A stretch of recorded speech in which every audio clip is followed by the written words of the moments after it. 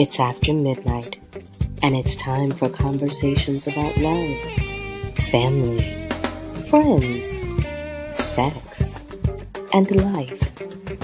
It's Love and Life with Carol Riddick and Donavan West, only on WURD, Progressive Black Talk Media.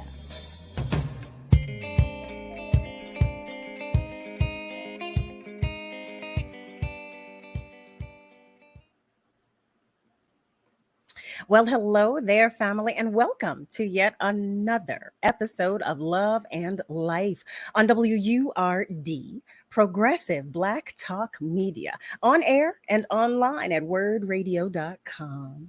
I am your host, Carol Riddick. Hey, y'all. And you already know. It is my pleasure and my privilege to spend some time with you. And you know, today is no different because I tell you all the time. And my alternating co-host, Donavan West, he sends his love, as he always does. You know he does. You know he does. So, family, I pray that all is well with you and with yours, okay? And I'm sending you some extra love because I know there's so much going on right now. And I know we could all use just a little bit extra, just a little bit more. I know we can. So I want to say thank you. Thank you for spending your time, your energy, and your attention. Everybody on our socials, family, we love all the love that you give us, and we couldn't thank you more. Well, maybe we could, but, we'll keep thanking you. So today, y'all know I get excited. Every single episode, I'm excited because I'm so happy to share with you, every guest that we have. I know that everybody is special. It's not that I think it. I know it. I know that everybody is special. But today, I'd like to introduce you to a powerhouse woman. She is a board-certified cosmetologist. She's a brow specialist. She's an author, an educator, a brand creator of Yours Nutri-Cosmetics, spelled URS. And she is the founder and sole proprietor of Ursula's About Face Rittenhouse Makeup Studio, a nationally recognized beauty destination right here in Philadelphia, family. Okay?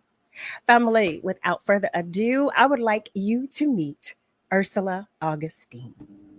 Well, hello there, beautiful. Hello, Carol. Hello, WURD family. Thank you for having me this evening. I'm so excited to be here with my old friend, Carol. I think they're going to be sick of me because I'm always excited for our guests, and especially those with whom I have so much history, who I know.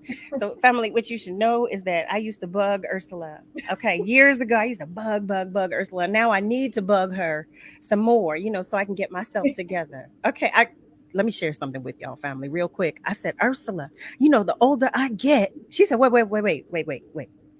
Hush, little girl. I said, oh. She said, because all of this right here, I don't even want to tell you her age because I know you won't believe me. You're going to say that I'm lying if I do so, okay? But she said, let me show you how.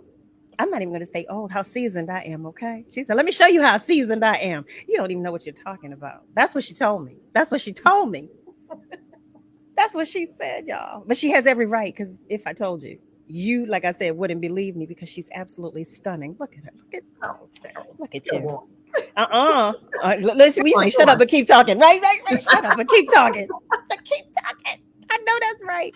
So, Ursula, there's so much I want to ask you, so much I want our family members to know about you. The first question I do want to ask is if you could just tell our family members just a little bit about you before I start asking about everything that is you. Okay. Well, my name is Ursula Augustine. I grew up in North Philly. Shout out 25th and Allegheny. Went to Corpus Christi grade school at 27th and Allegheny. Went to John W. Hallahan Catholic Girls High School here on the Parkway, which just recently closed. Tier. And did like 3 good years at St. Joe's before I dropped out to pursue this lovely career in makeup. So 15 years later, I'm here at the studio at 17th and Sansom Street. This is our 15th business year anniversary. and we're still having fun and sharing a ride with all of our new and old clients. So it's just been great. I am a wife to the coolest guy in the world. We're going on our 34th year of marriage. Wow. And we have our daughter who got married 3 years ago, who just made us a grandparent. So I have a brand new granddaughter, Teddy, who I adore. And this is a great year. It's just a great year for me personally. You've got a little sugar lump. I call all the babies sugar lumps. I know. You've got a brand new sugar lump. I love it. Congrats. I wasn't even aware of that. Congrats. Thanks. A new little apprentice for the studio when she can walk. How about that? That is so sweet. So now, family, I'm going to tell you this too, because I was talking with Ursula and I said, I don't know the answer to this question, so I'm going to ask in the event that you don't know either. But what exactly does the word cosmetology mean? Okay, so I'll give you the short answer. Okay. Cosmetology is a license required by the various states. For those of us who want to go into the beauty industry, whether it's hair, skincare, nails, and more recently they're requiring it for makeup, but back in the day, you didn't need a license to do makeup. So you have to go through, I went straight through, so it's about 11, 12-month program. Okay. And you learn all the disciplines, how to do a proper, safe manicure. The cosmetologist is the license that affords you the opportunity to do whatever facet of beauty you want. With that license, you can do nails, facials, makeup, hair, massage. The gambit of beauty.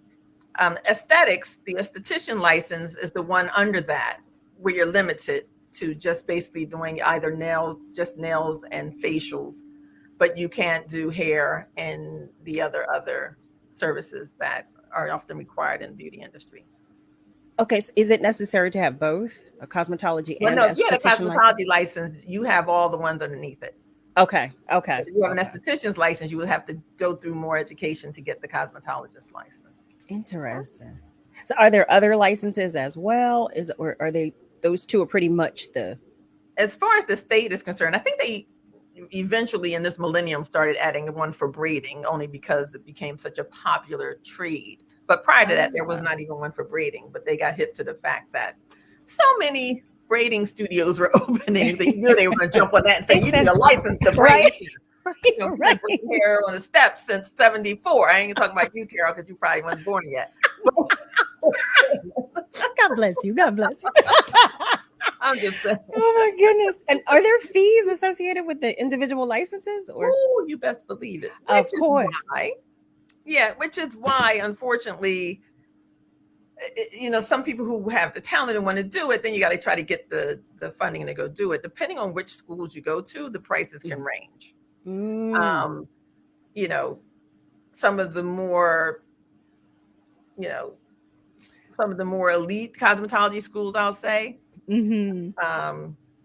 That's like, you're looking at like 16 or 20 grand, whatever. Then you can find some, programs which are less. But ideally, I say too, I get a lot of young people I talk to and who, come speak with me and would email me about this. Hey, go to the most convenient cosmetology school to your location. Mm-hmm. That has a good review, a good rating, because ultimately we're all using the same textbooks. That part. How about that? That's what I learned once I spent my money. I was like, you know what? We're all using the Eva Milady textbook, right? So, my Lord, well, let me tell you, I did not expect you to say 16 to 20,000. I did not expect that, but I mean, it makes sense when you think about it, because you're talking about building a life and you're talking about a career path. But yep, but that's a lot of Ooh, Ursula. Okay, that is it. So you said that is it. That is it. How many? Now I want to get into talking about face in a minute. But how many years is it that you've actually been practicing? Like how many years have you? Okay, hold on. Let me take off my shoe because I'm gonna need my toes for this one too.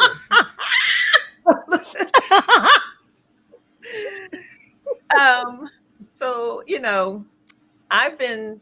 This is and they say it's not sexy. They may say you've been in business for a really long time because then it makes you seem like you're really old. But 30 plus years. Shut up, Ursula. You're not even that old. Get out of here, y'all. See. Are you serious? 30 plus years? I opened my studio 15 years ago this year. Okay. And then prior to me opening, I was the resident makeup artist at the Rittenhouse Hotel for almost 10 years. So actually 25 years in Rittenhouse alone. Yeah. Wow. Ursula. I'm old, Carol. I told you are not. Listen, we don't even use that word. You are not old. Okay, family. When I tell you, see, I want to tell you myself, but I'm seasoned with lemon pepper. I'm seasoned. I love it. I love it. It's that lemon pepper. It's that lemon pepper. I tell you, it's that lemon pepper. So, did you always want to be a cosmetologist? Nope. Didn't even know one. Like you didn't even know what one was. I'm telling you, I'm the unconventional makeup artist. My story is the unconventional makeup artist story. I wasn't that girl that all her friends came to their house to do the makeup for prom. I wasn't that girl. I knew nothing about it, didn't wear it. I was a computer science major at St. Joe's. Next Ursula? question, girl. No, Ursula, no. Are you serious? No wonder, because I'm the geek. So I love all things technology. Everybody. Quite the opposite. I love all things technology. She said, are you serious? So okay. Break this down for us, please, because that came as a shock to me. Please tell us when this transition occurred. Like how did that take place? What led you to this career path? Okay, the epiphany, the day of the epiphany. All right. Yes. So, and it really, I'm telling you, none of this is a normal path to being a makeup artist. I'm just putting it out there early. You talk to other makeup artists, they are not going to have this stupid, weird story that I'm about to tell you. But this is me. I never do things the easy, right way. So I was at St. Joe's, as I mentioned. And my freshman year, you want to make friends. So I'm in my dorm, all the girls, we're all buddy. All right, by the end of freshman year, about over it, because everyone's coming in trying to borrow clothes, day and night and day. Doesn't matter if you're studying, whatever, they're coming in to borrow clothes. All right, you don't want to rock the boat freshman year. So, okay, borrow clothes. Okay, enough by sophomore year. Not that I'm by any means a genius, Carol. Let's not get that confused. But my whole thought process was, how can I stop the madness sophomore year? How can I deter these girls from coming into this room and borrowing my clothes? Mm-hmm. So I decided, okay, when they come for it, they better have their money ready because I'm going to charge them. Not thinking they would ever in a million years pay to borrow clothes from me. Build it, they will come. So, here we go. They knocked the borrow and I tried out. I go, oh, sure, you can borrow that sweater, but, it's going to cost you $2. This is back in the 80s. That was a lot of money. Right. And okay, but they $2 to borrow a sweater. So then I go, oh, well, for another 75 cents, you can borrow the red scrunchie that I wear with the red sweater. The 80s, Carol. You'll read about them. You'll read about the 80s and understand the scrunchies was a big thing. Oh my goodness. Then I thought, and here's the moment, drum roll. Then I said, well, heck, for another quarter, you can put on some of the red lipstick that I wear when I wear the red scrunchie that goes with the red sweater. Boom. There's my entree into makeup. Are you serious? Now, to tell you what I didn't know about makeup, which is why licenses are very important, cosmetology licenses are very important. Let me tell you what I didn't know about makeup. All right, so girls are coming, right? Borrowing the clothes, borrowing matching scrunchies. And all I had was this red lipstick. I don't even know where I got it. Probably out of my mother's pocketbook or something when I went home or something. I don't even know where it came from. So I give them the red lipstick. Then, I started like, oh, this is good, So the next one come, I'm borrowing. Here goes that red lipstick again. would you like a another quarter? Would you like some lipstick? Sure, lipstick on their mouth. Oh, and for another 25 cents, I can give you some blush, lipstick on their cheek. Oh, and well, if you got another quarter hanging around, I can give you some eyeshadow, lipstick on their eyes. No, Ursula. And did I mention I never cleaned it off once? No. I could kill the whole population at St. Joe's with the dirty lipstick. Oh my goodness. Oh my goodness. Rubbing all over their face, right? It makes me cringe now. I'm a mild germaphobe and I'm having a fit over here. So, and then after a while, everyone was like, well, you got anything other than the red eyeshadow? So I'm thinking, here's to tell you what I did not know. To tell you I was thrown into this blindly. I'm like, where do you even buy makeup? I didn't even know where to buy makeup, which I think was also the catalyst for me wanting to open my own makeup studio. Because there are women like me who are commenting like, hey, we don't know much about this, but we just want to go a place where we can get the honest truth and some help and not be sold a bunch of goods. So I'm like, where do I get makeup? I don't know. So that's me. So then I say, wait a minute now. I remember down at Saks, which down the street from St. Joe's, cosmetics department. So what happened was I would have the makeup portion of the lending and borrowing of clothes like on a Friday. And then I'll take a couple girls in the car. We drive down to Saks. I bring them into the cosmetic department at night, of course, near closing, when it's really empty and quiet. Right. And then sit them down at the empty counter. And then, look, I have a variety of colors. All I saw was 25 cents, 25 cents, 25 cents, a bevy of lip colors, a bevy of blush colors. So I would sit them down and do whatever I was doing. The next one comes, sit her down, do what I was doing. And so we made it a thing, right? On Fridays, we're going to be slipping up in there and doing our thing. Fast forward, we go in to do our thing. Everybody's waiting for us. The security department manager, some of the snitches from the other counters probably who told that, who's that new girl, don't close out her register and all that other stuff. So we go into we get sent into the office and they ask, they're saying, how we're told that, you girls are coming in and using the makeup, at the counters. So first I thought, okay, let's try the St. Joe's card first because, Yes. Okay, let's try that. Okay. I don't have to use that card. So let me use that card. So I'm like, well, we're students from St. Joe's. Like we didn't think it was the problem. And that didn't go over too well because they were still like, well, yeah, we're told you guys are coming in here every night and we just wanted to know what was happening. And I said, well, is there a problem? I said, because I thought these tester units were for the public to use for free. We were just testing the colors in the unit. So they said, well, you need to go to a counter where someone could help you. I said, well, unfortunately, the cosmetics we like, there's never anyone at that counter. Wink, wink. Slap on the wrist. We go on our way. I go back to school, right? Okay. Monday, called to Father's office, Father Moore, the dean of at school at St. Joe's. Yeah. So I'm like, first, what is this all about? Whatever. So I go in there, but then I see there's a letter on the desk from Saks returned. Oh wow. And I'm thinking, you got to be kidding me.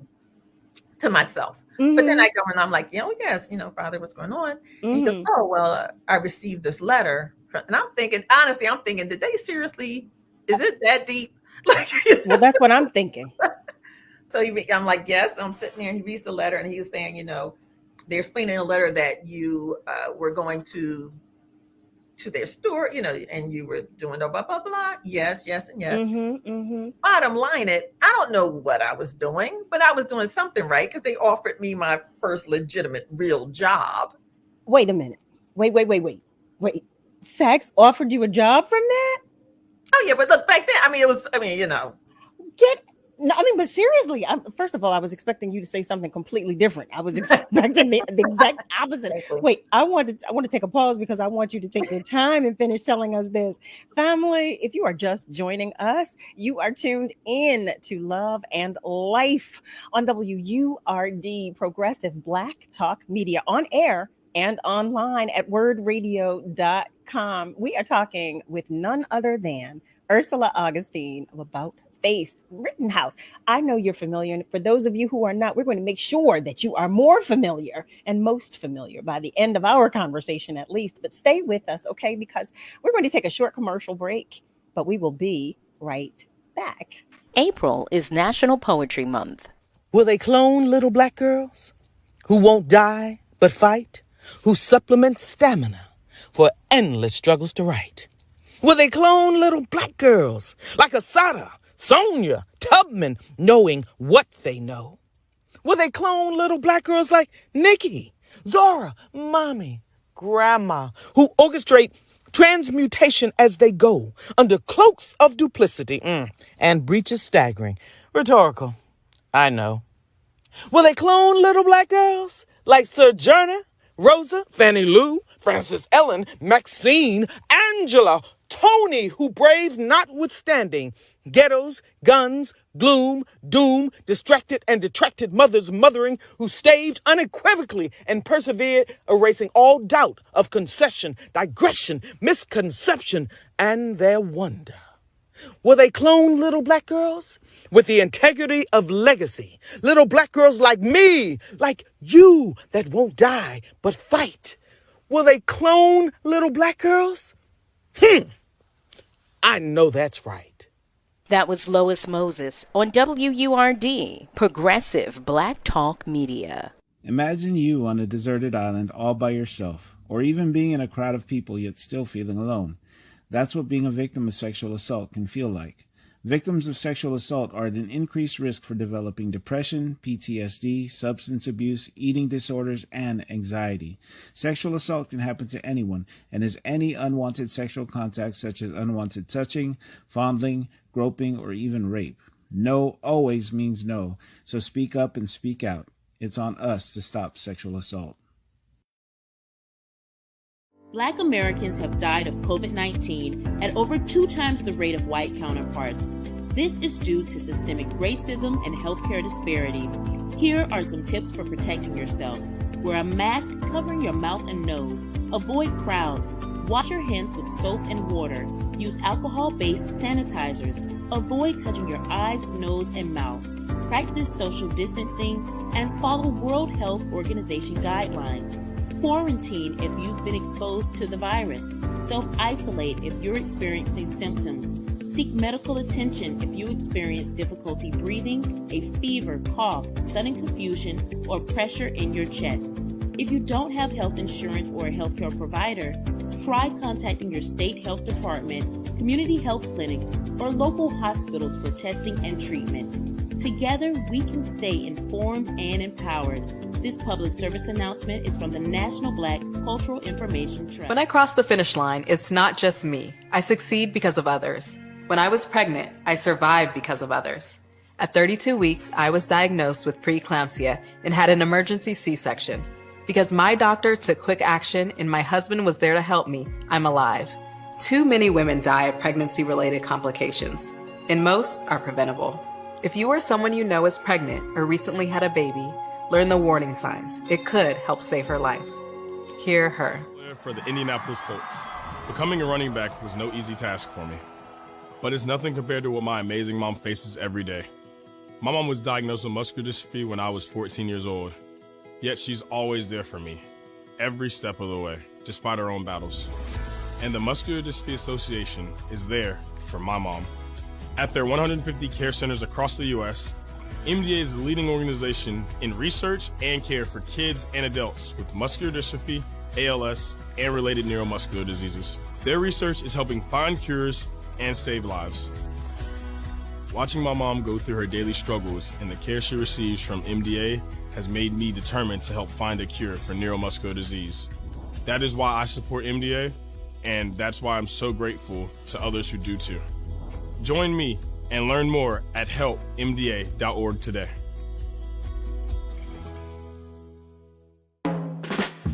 Hi, I'm Tanya Hopkins, aka The Food Griot, the host of Savory and Sweet, a new show about food, history, and culture. Savory and Sweet is a flavorful exploration of food marinated in the Black experience, seared with history and brazen culture. Each week, I'll fold in conversations that center food and drink at the intersection of business, health and well-being, entertainment, education, and innovation, while separating the facts from fiction on the sometimes surprising origins of what we eat and drink. So join me, the Food Griot, and special guests for Savory and Sweet, Food, History, and Culture every Sunday from 11 a.m. to 1 p.m. beginning January 2nd, 2022, exclusively on WURD, Progressive Black Talk Media.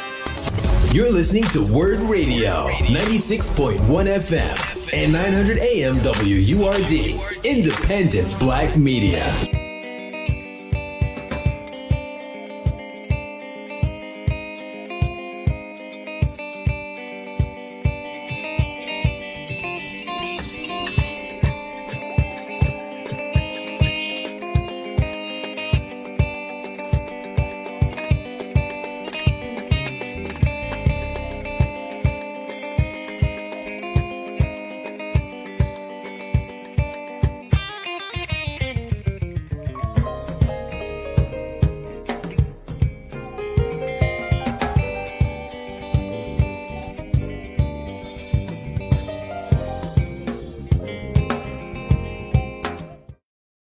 Well, family, hello there and welcome back. If you just tuned in, you are tuned in to Love and Life on WURD, Progressive Black Talk Media, on air and online at wordradio.com. We've been talking about, well, actually, before the break, Ursula was in the midst of a story that she's going to continue telling us because she shocked me when she got to the part where she was almost ending it, but you're going to hear this right now. But in any event, we are talking with none other than, you ready? Ursula Augustine, who is the sole proprietor and founder of Ursula's About Face Rittenhouse Makeup Studio.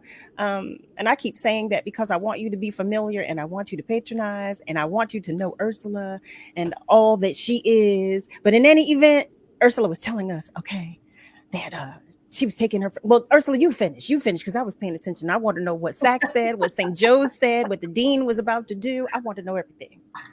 Okay, so apparently, like I said, I get called in. He has this letter from Sachs. I'm thinking, okay, they, making an issue out of nothing. When it turns out that apparently they were offering me a job. They liked whatever I was cranking out. I don't know what I was doing, but whatever I did, the powers that be who were watching every Friday was enjoying it.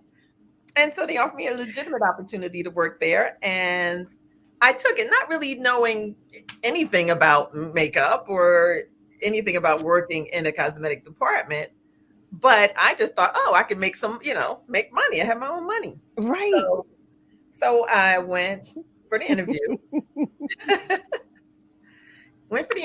Got the job. And back then, the whole process was different than it is now. So back in the day, they wouldn't put you behind the counter on the floor until after you had training. Okay.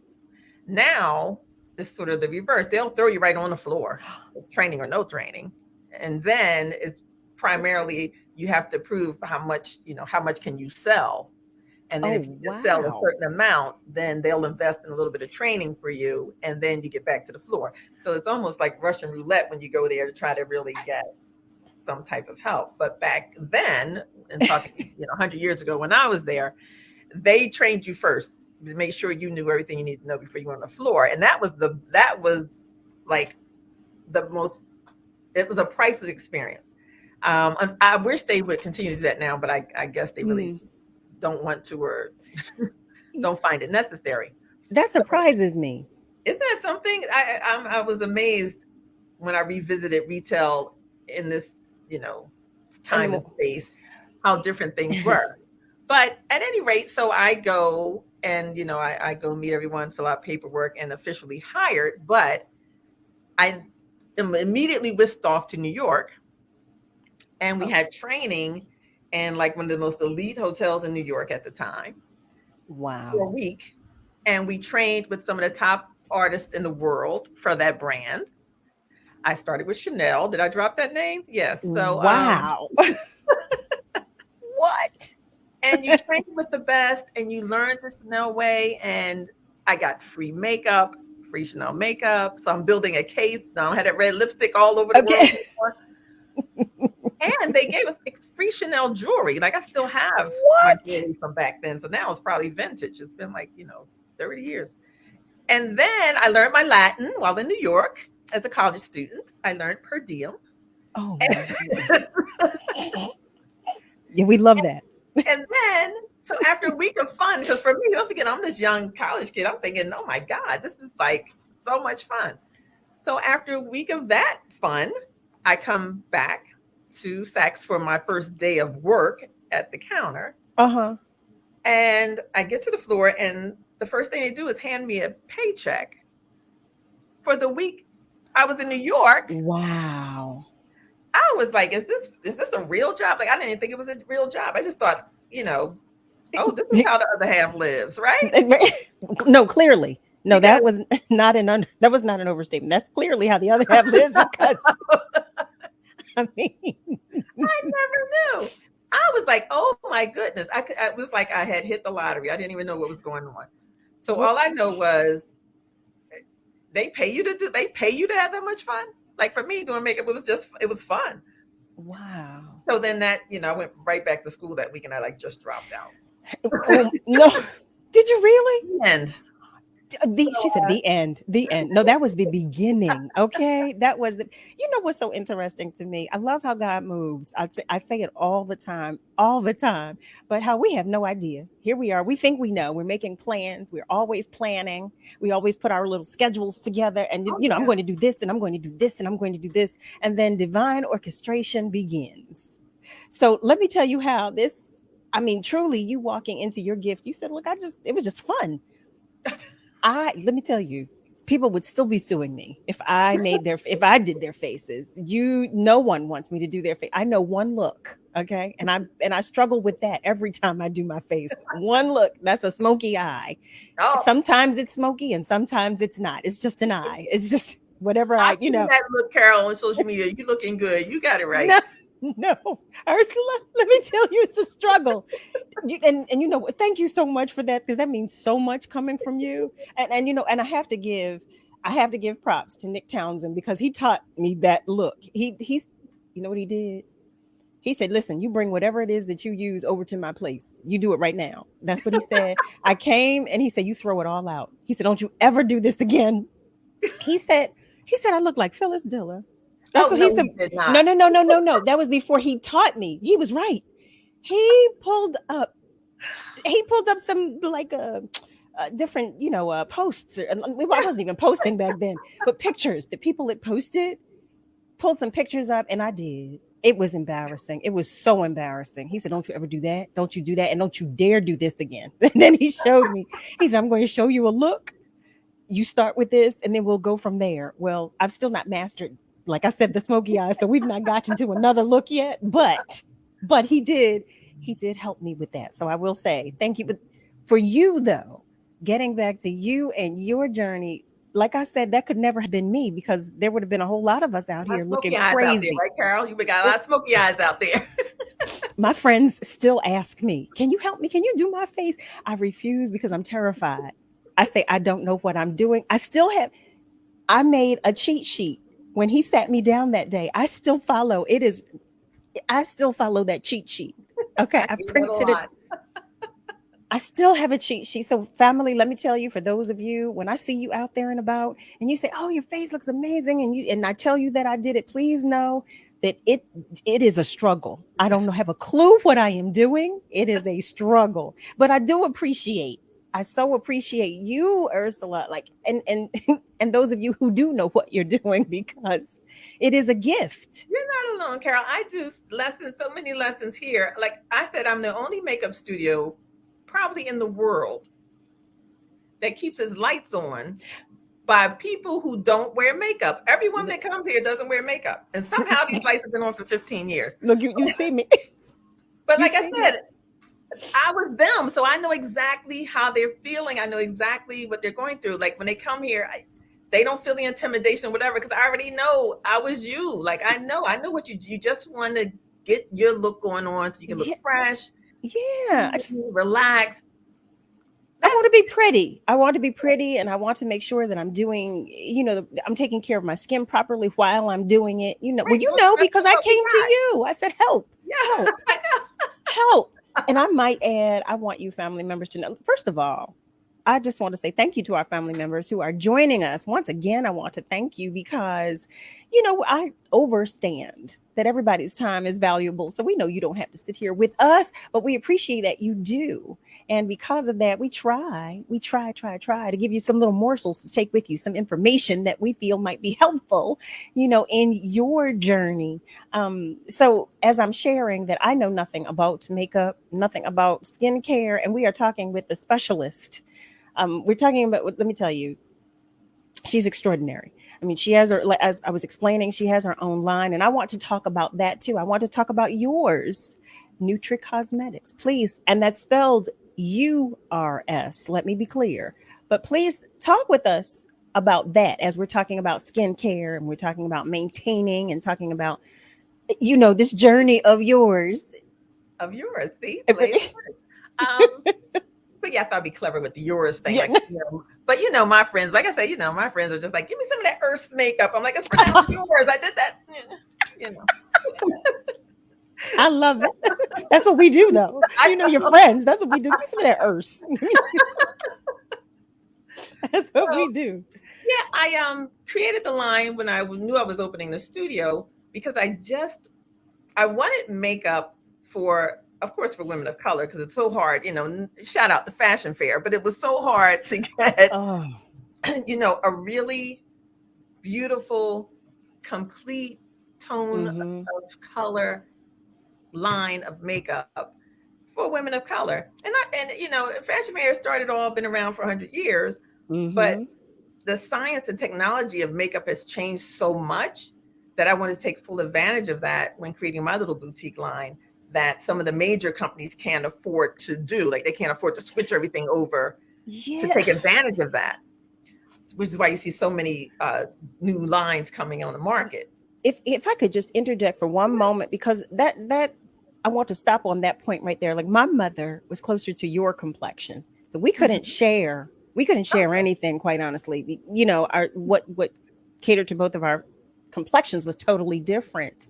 And again, shout out to fashion fair and those like it, because we at least had something or somewhere to go.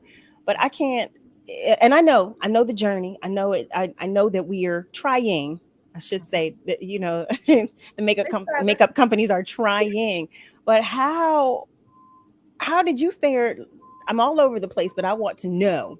How did you fare starting? Yeah, because it's popping into my head. How did you start? How did that work for you starting out? Because we come in so many shades and hues and beautiful warm rainbow. Yes. And it started, like I said, when I was, killing the world with my Jeremy red lipstick back in the day. Yes. What I was doing when I started slipping into Saks, I was like becoming that chemist and like blending blending shades like women would have to do. Those of us of color would have to do for so many years. I did a little bit of this, a little bit of that, a little bit of this other one to create. Buying 3 products to create one product was whack, but that's what we had to do. We did. And so that's what I was doing. And I thought, can I just get one product that does the complexion right? Yep. That's the catalyst for me creating this. I just want to pick up one thing. I don't want 3 bottles rattling in my bag. Give me 20 minutes to put this thing together so I can put my. I just wanted to get rid of that. So I just said, you know what? I'm opening my own studio. Why not? Why won't I just get my own makeup line? Like I thought it was that easy. So I did, but I just wanted people to be able to come someplace and pick one foundation, and it meant easy peasy. So that's how yours was born. It was a process. I actually started a year before I opened the studio. So it Oh, takes a really? while to get together. So it took about 2.5. Like I just got it done by the time I opened the studio. So in about a year and a half. Okay. And that was diligently on it, like going to New York constantly, meeting and locked in a room with one person for 20 hours, like messing with pigments and textures and all that fun stuff. Really? Fascinating because I'm a fan of the art as well as, an artist, but it's if you're not interested, you would just be done with it. But I found it quite fascinating, the whole process. So I created this line with a full range of color because the majority of my clients, from being the artist at Adolf Beeker Salon Spa at the Rittenhouse, Yep. 90% of my clients were white. Mm-hmm. So yeah, I was in that 10% that had Adolf Beeker. I was that 10%. I was in that number. Wait, I want to stop you again because we're going to take a short commercial break, but I want to make sure we're letting everybody know. Okay. Yeah, we were in Adolf Beeker. We were there. Family, stay with us because we're going to be right back. Okay. And we're going to share some tidbits when we come back. I remember this one moment. I ran to kind of the water edge and my mom said something along the lines of like, now it's your turn. Take that first step. When I became a mom myself, I feel like my whole world changed. There's some light within her that makes me continue to do the climate science work that I do. You don't have to be a climate scientist to want to protect the earth. As moms, we care about our children and the environment they grow up in. And for Mia, I want you to know that I worked really hard to be a part of the change and to make it a better place for you.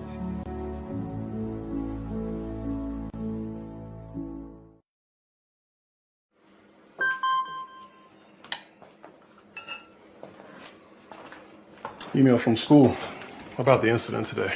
Scary. Tell me about it. Did you have any idea that was going on? None. I mean, you saw Derek at the game last night too. Did you have a clue? No, but teachers like me, parents, we don't always know as much as you guys do.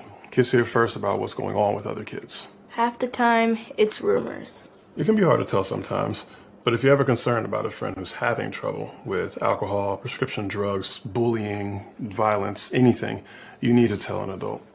Mom or me, a teacher, coach, school counselor, someone you know and trust. Dad, no kid is gonna tell an adult about that kind of stuff. I get it, but if we don't know, we can't help. Speaking up about a problem, that's what helping a friend is all about.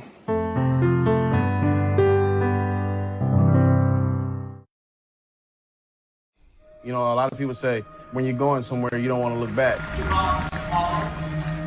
But I beg to differ. For her to see her father celebrate his graduation, it's the best feeling in the world. I can't lie and say it was easy. But sometimes you just have to stop everything and take it in. I looked at everything in a different light. And I realized it started with me going back and getting my high school diploma. We're often influenced by what we see or hear on social media. Beware of disinformation campaigns targeting Black communities by using cultural issues to incite divisions, spread false information, and negatively influence public opinions. We're in this together, and together we can stay informed and empowered. Learn more at nbcit.org. This public service announcement is from the National Black Cultural Information Trust. I'll be here to hear what's on your mind. Take this time to talk and get it right. You know I'll be there all your life. When you need me, I'll be by your side. By your side. And every day is a different day. Everything is in everything. Even when you think things will never ever be the same. Don't be scared of the world, I'll be here to stay. By your side. Even when your heart ain't listening.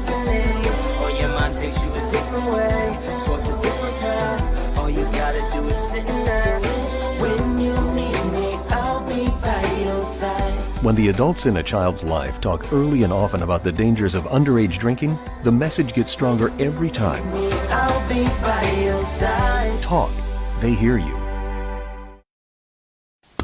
You're listening to WURD Radio, 96.1 FM and 900 AM WURD, independent black media.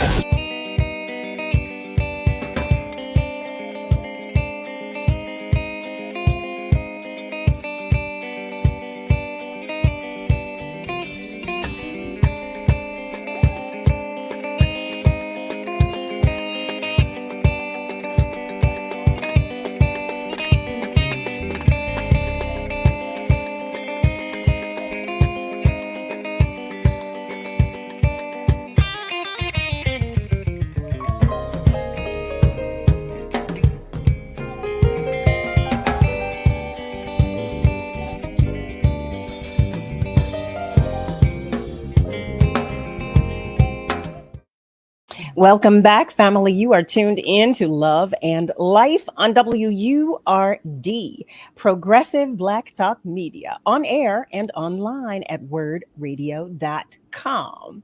So in case you didn't know, you can email us at loveandlife@wordradio.com. That's loveandlife@WURDradio.com. Family, you can send us questions, comments, suggestions for topics to discuss, and you can even email us just to say hello. We love that too. You know, I told you we love all the love that you give us. Okay, that's loveandlife@WURDradio.com. Love and life at wordradio.com. So before the break, I asked Ursula to tell us about her cosmetic line called Yours, URS. Okay. She was explaining the journey of creating the line that catered to different melanated tones and hues, you know, because of the beautiful rainbow that we comprise. Okay. So Ursula, please continue telling us about the journey, but also, what does Nutri-Cosmetics mean? I know that's in the title of the brand. What does that mean? Yeah, so that's a Nutri-Cosmetics is a nutritional cosmetics, which means it's a nature-based product. We put a lot of nutrients in it, so I consider my cosmetic line skincare that makes you look good, because it's really comprised of our foundations have vitamins A, C, and E added to them.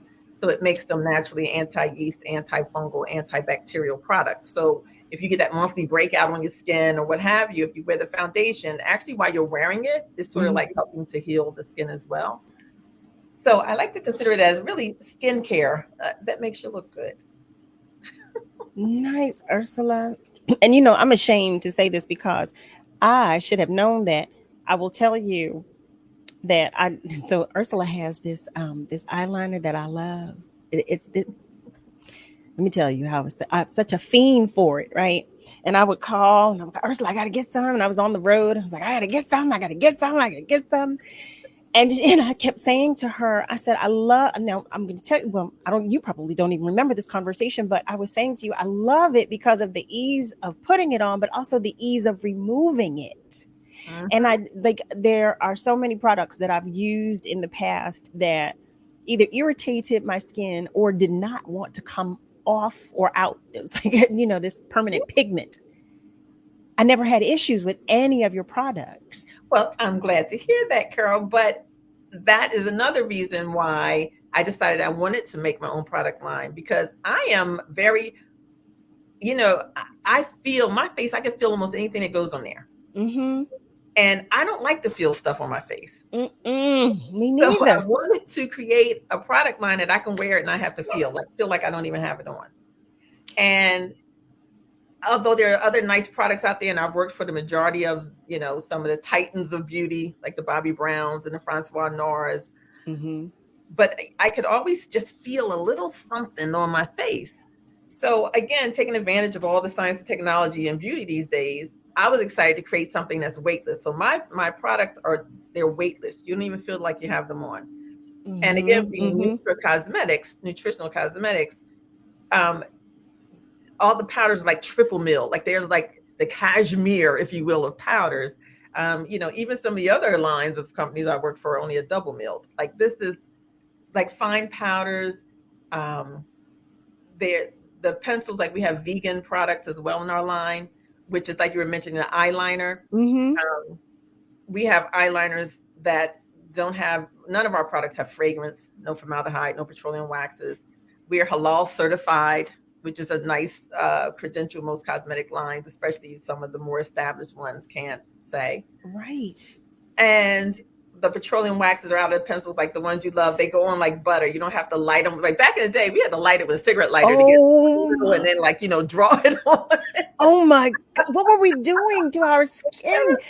Crazy. When I think about that, yes, because you could not get away without lighting it. Girl, you got to burn that tip a little bit before you start trying to get that thing to roll on your skin. And pray, and then pray. Pigment, because the colors are richer and darker to actually show up on our complexions. Like you would pick a random black eyeliner off the shelf somewhere in the store, and when you get home to put it on, you can barely see it because it looks gray or it doesn't. Yes. You wanted a jet black eyeliner. Oh, Ursula. So all of my personal issues in life, I sort of kept in mind when I was creating this, because I really made it for me. And then I decided to share it with the world, because I'm like, I just want an eyeliner that goes on without me having to burn it and it shows up really dark. And I just wanted a weightless foundation that was good skincare. If I have to wear it every day, I didn't want any fragrance in it. And so it sort of came out with like, it's really for me. If I could wear it, you're gonna like it. I can't feel a thing. You won't be able to feel anything. If I like it, you're gonna love it. Like that's how I look at the creation of my line. You just told everybody's life right there. You just told everybody's. Let me tell you, because I had so many lighters, okay, for my eyeliner pencils, which was crazy in and of itself. But because you just couldn't get away with it, and then you had to have your sharpener too, because you had to make sure you had. You had to have so many accessories for the eyeliner pencil. And how about this for a crazy concept? Just take the cap off and use it. There you go. Oh, isn't that crazy? Isn't that crazy? Which is, and it amazes me though. I'm so grateful that we've come such a long way, because it is such a long, because we were doing that for years. So I'm so glad that we've come such a long way. So you were talking about having the lights on and everybody being at the studio. So do you do classes of any sort, or do you do demonstrations or anything of that sort? What we offer in our service menu on the website, we do private lessons with me, similar to what you had, like for that person who just, need an audience, just want to learn. You won't have a career as a makeup artist, but you will be able to do your own face. But like you said the website. I need you to tell us what the website is, because I can't just say that. My family members are going to kill me if they ever say, what's the website? You have to ask me twice, Carol, about face201.com. That's www.aboutph, like the pH level of the skin in Philadelphia, ACE201.com. I love it. So we can go to the website and we can find click services, and then you'll see the classes. We do private lessons, group lessons. I do corporate image workshops, and we do career readiness for college students and even high school students. Really? Wait, say that one more time, please. I want to make sure everybody heard that. So so we do the private lessons, of course, here in the studio. Group lessons, like we call them facelift parties with a PH for you and your girlfriends. If y'all want to do a group lesson, and you can pick a topic, like we have the smoky eye party, Carol, which you should. That's what. No. You don't understand. The wheels are turning. Okay, the wheels are turning. We're coming. Oh, and but go ahead. Lash out if you want to learn about lashes. So each facelift party, you can pick your topic. That's your group lessons. But then I also have been approached by various companies and corporations and organizations. So now we do corporate makeup classes where we sort of teach people how to brand themselves for whichever entity they're working for. And I started doing career readiness workshops for college students by going to different career fairs at Penn and other universities. I started doing career readiness. So it was something that seemed to be needed. Everyone on paper is a genius because their resumes are great. These are brilliant students. But they just didn't know how to go in on for an interview, or they didn't all look crazy. The appropriate look for that first day at work. Yeah. So that's how this whole career readiness program came together. And yeah. So Wait, I'm sorry. I'm so sorry. I'm over here laughing. I'm having a moment because, I could have prevented myself from looking like Phyllis Diller a long time ago if I had just come to you, back then. But family, please stay with us because we're going to take a short break and we will be right back. Stand with WURD Radio, Pennsylvania's only black-owned talk radio station. Join the movement to keep the conversations going and amplify the voice of the black community. Show your support. Start or renew your WURD membership today at wordradio.com or call 215-425-7875. A lot of people say when you're going somewhere, you don't want to look back. But I beg to differ. For her to see her father celebrate his graduation, it's the best feeling in the world. I can't lie and say it was easy. But sometimes you just have to stop everything and take it in. I looked at everything in a different light. I realized it started with me going back and get my high school diploma. Maybe you can make retirement happen. After all, you made her college years happen. Opening that education savings account when she was little. Spearheading a campus tour. And another, and another, and another, and another. Bam! Deciphering financial aid. She was like, what? Now she's like, you aced planning for college. Now get the tips you need to get on track at aceyourretirement.org. I'm Naheem Hines, professional football player for the Indianapolis Colts.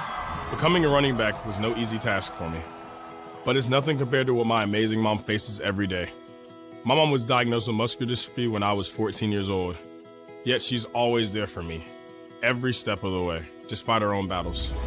And the Muscular Dystrophy Association is there for my mom. At their 150 care centers across the U.S., MDA is the leading organization in research and care for kids and adults with muscular dystrophy, ALS, and related neuromuscular diseases. Their research is helping find cures and save lives. Watching my mom go through her daily struggles and the care she receives from MDA has made me determined to help find a cure for neuromuscular disease. That is why I support MDA, and that's why I'm so grateful to others who do too. Join me and learn more at helpmda.org today.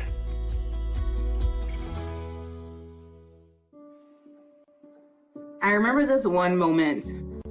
I ran to kind of the water edge, and my mom said something along the lines of like, now it's your turn. Take that first step. When I became a mom myself, I feel like my whole world changed. There's some light within her that makes me continue to do the climate science work that I do. You don't have to be a climate scientist to want to protect the earth. As moms, we care about our children and the environment they grow up in. And for Mia, I want you to know that I worked really hard to be a part of the change and to make it a better place for you.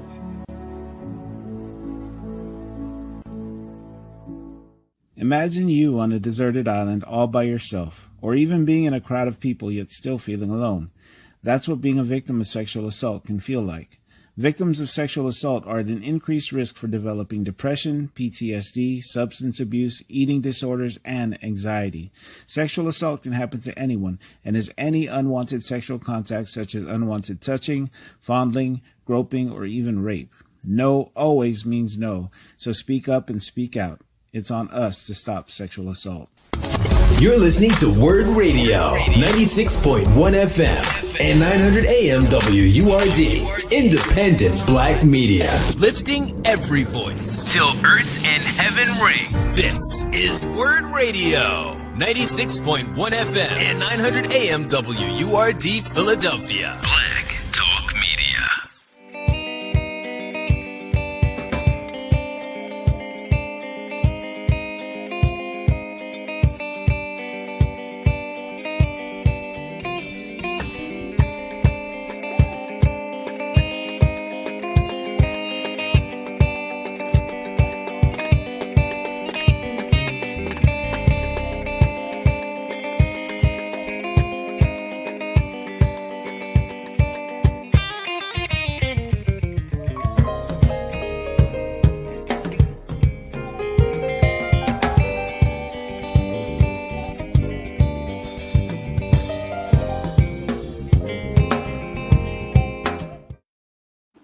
Hey there, family. Welcome back. You are at the top of the second hour of Love and Life on WURD, Progressive Black Talk Media, on air and online at wordradio.com.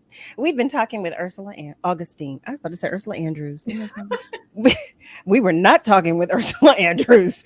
We were talking with none other than Ursula Augustine. Okay, let's get that right first and foremost. And before our commercial break, she was telling us about her cosmetics line, yours, spelled URS. Don't you just love that? I love it. I think it's the cutest little thing. So Ursula was telling us about the process when I interrupted her like a while ago, but we're not going to talk about that. But I interrupted her as she was explaining the process and sitting for hours upon hours trying to get it just right for us, y'all. Just right for us. And I shared that, there are some products that I have used in the past, all of which I love. But one in particular, I was saying that, it's always been a struggle for me with eyeliner and trying to find that was always the biggest issue with me. I hated the pencils and the sharpener and the lighter that I had to carry with me. Okay. It was always like, why do I need accessories for one thing? Why? And of course, Ursula shared too about having to mix different colors to find the right pigment for our own skin, because I too went through that. I definitely, we all have this journey with our cosmetics. I would like to know, with regard to branding and starting your own cosmetics line, there are a lot of cosmetologists out here. Mm-hmm. In your opinion, is every cosmetologist a founder or a brander of a business? Not at all. And it's something I'm actually trying to help out with, because I speak to a lot of graduating students from Empire Beauty School, like the beauty schools in the city here, and just give them some ideas of what they can do with that license when they get it, because it's not. I mean, it's not a box that you can be kept in any longer. When you get a cosmetology license, you can do almost anything. You don't necessarily, for some companies, like you don't have to have a cosmetology license. There's some out there that will just take people money and try to help them create something. But for the more reputable ones that have been around, like the premier ones, and they're usually only about really two and a half in the world that everybody really uses. They're going to make sure that you have a license, because they want to make sure that you know about the things that are important about bacteria, diseases, color principles, like that, your stuff, so they're not wasting their time with someone who doesn't know. So I think especially now, and mind you, I was doing this a long time ago, especially now, I think that's a prerequisite for most of these companies, because they want to make sure they're talking to someone who understands the process and of compounding colors, textures, color wheel principles, undertone principles, because all that's necessary to put these things together if you're going to do a nice line. So now I would say the majority of cosmeceutical companies that create these lines, help us create these lines, they're going to require that you have to be at least a licensed esthetician, if not a cosmetologist, to start creating a line. I appreciate that. I appreciate that they do. That makes me feel a little better, especially. But like I said, most don't, because a lot of celebrities create these makeup lines overnight, and they don't have cosmetology licenses. So they don't have a clue. A clue, okay. They don't always have to have a license to create a line. But it is very helpful. As we know, it is very helpful. So what are some of the challenges that you faced when you started your business? Oh, well, let's start with the obvious one that everyone talks about.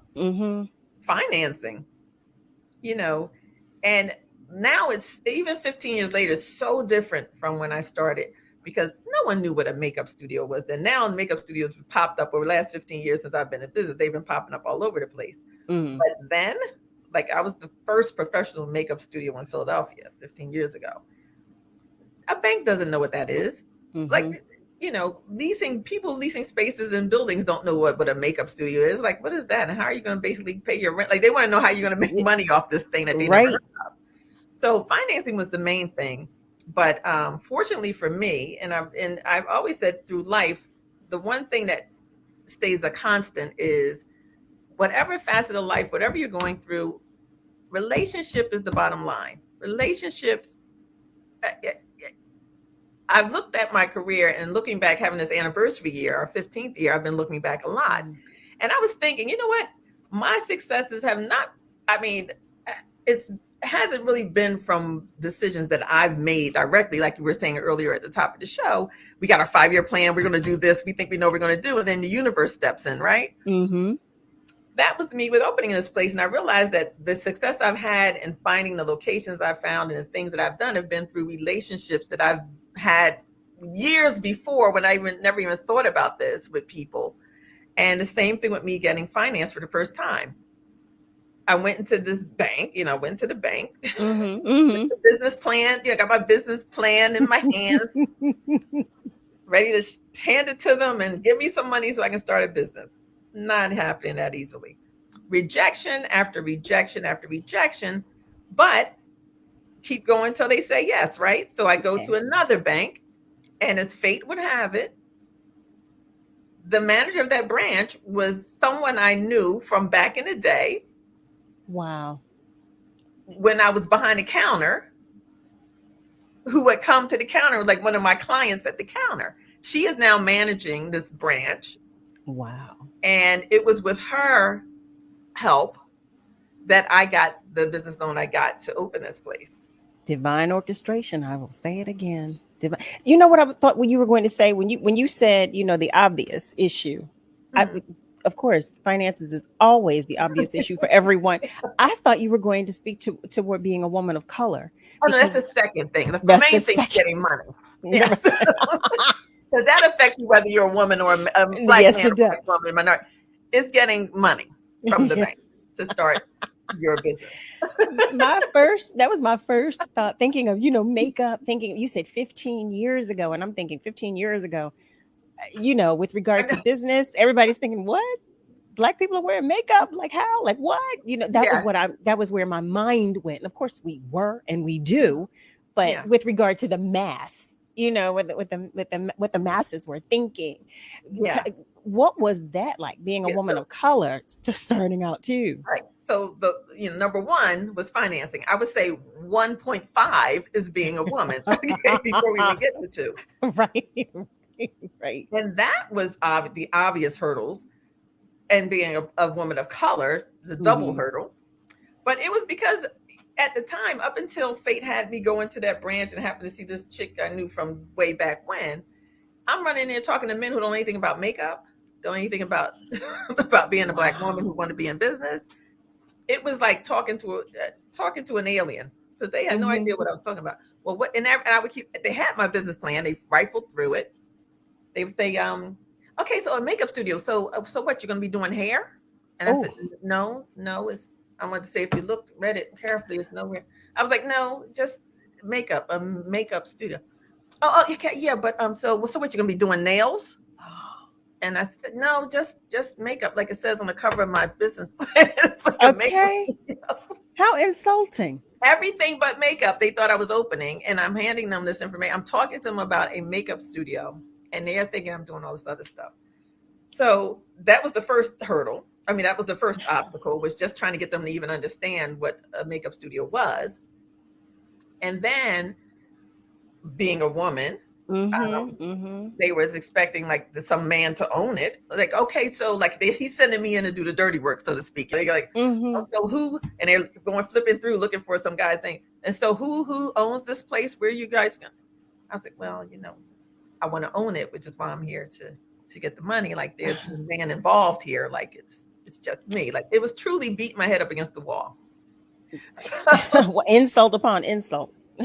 And then the third thing would be just dealing with people who are, disingenuous in business, because you would assume everyone, you're an honest person, and you assume you'll be working with, you're going to an establishment, and you're assuming that person is a person of character.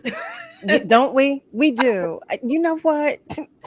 Oh, Ursula, we have that in common, because I promise you, I think everybody's just on the up and up, and everybody's just trying to do better and help the next one do.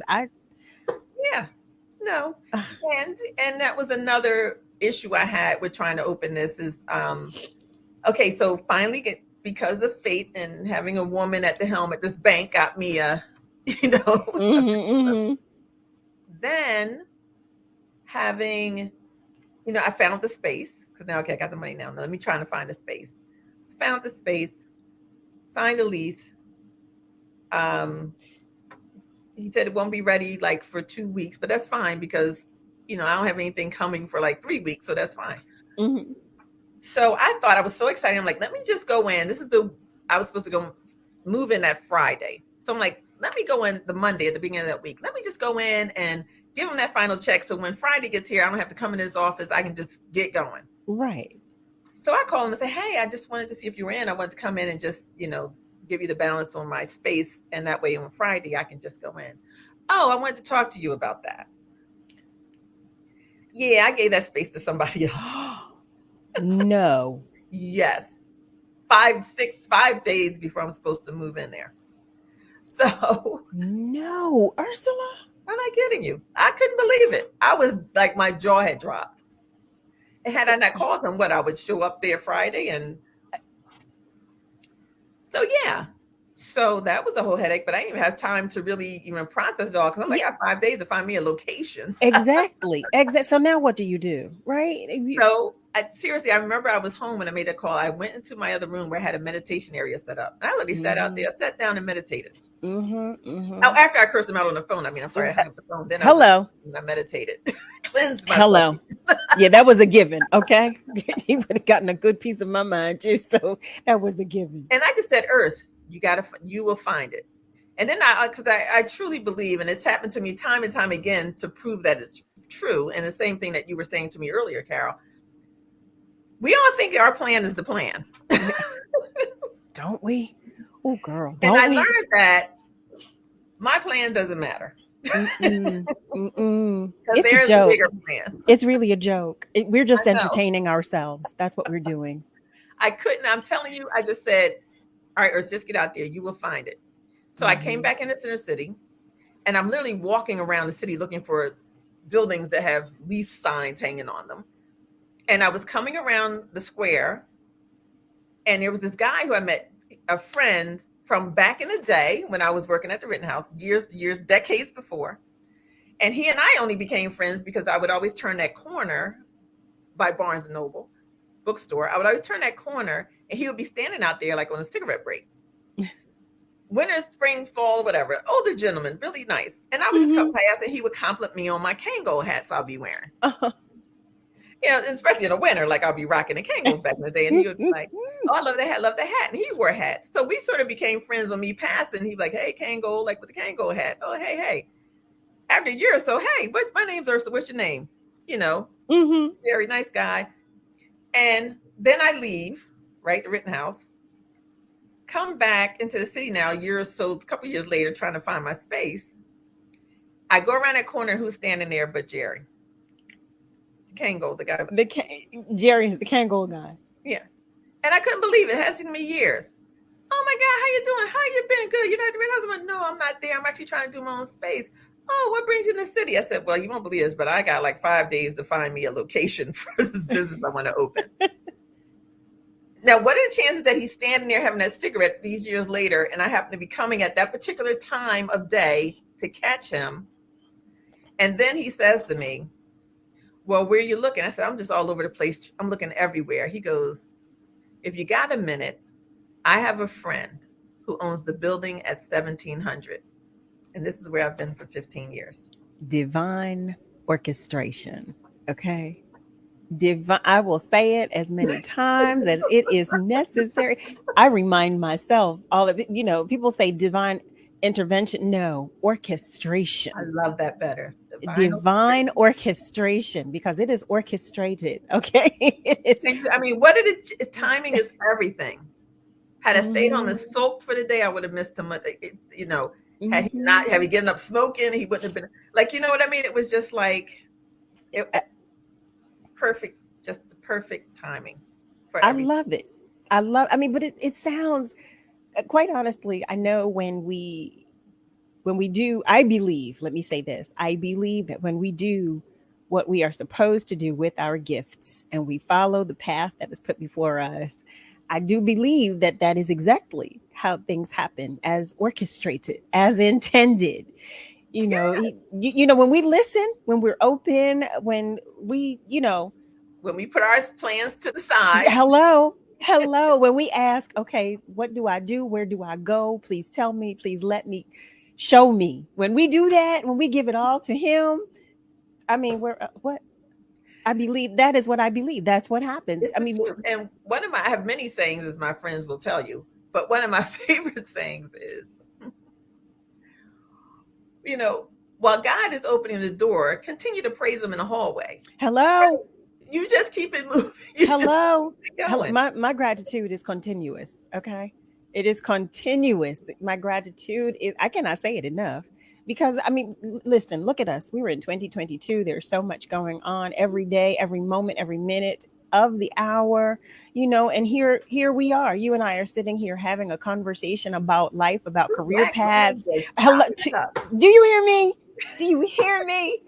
Two Black women sitting here talking about life, talking about career, talking about following our journeys and our paths. And I love it. I love it. I love it. I love it. And that's not to discount everything or anything else that is taking place, but it's just shedding light on a positive moment, just a positive, a positive, just something positive, a positive experience. And I appreciate being able to do that. The result of hard work and longevity and just doing what you can do. You know what I mean? Yes.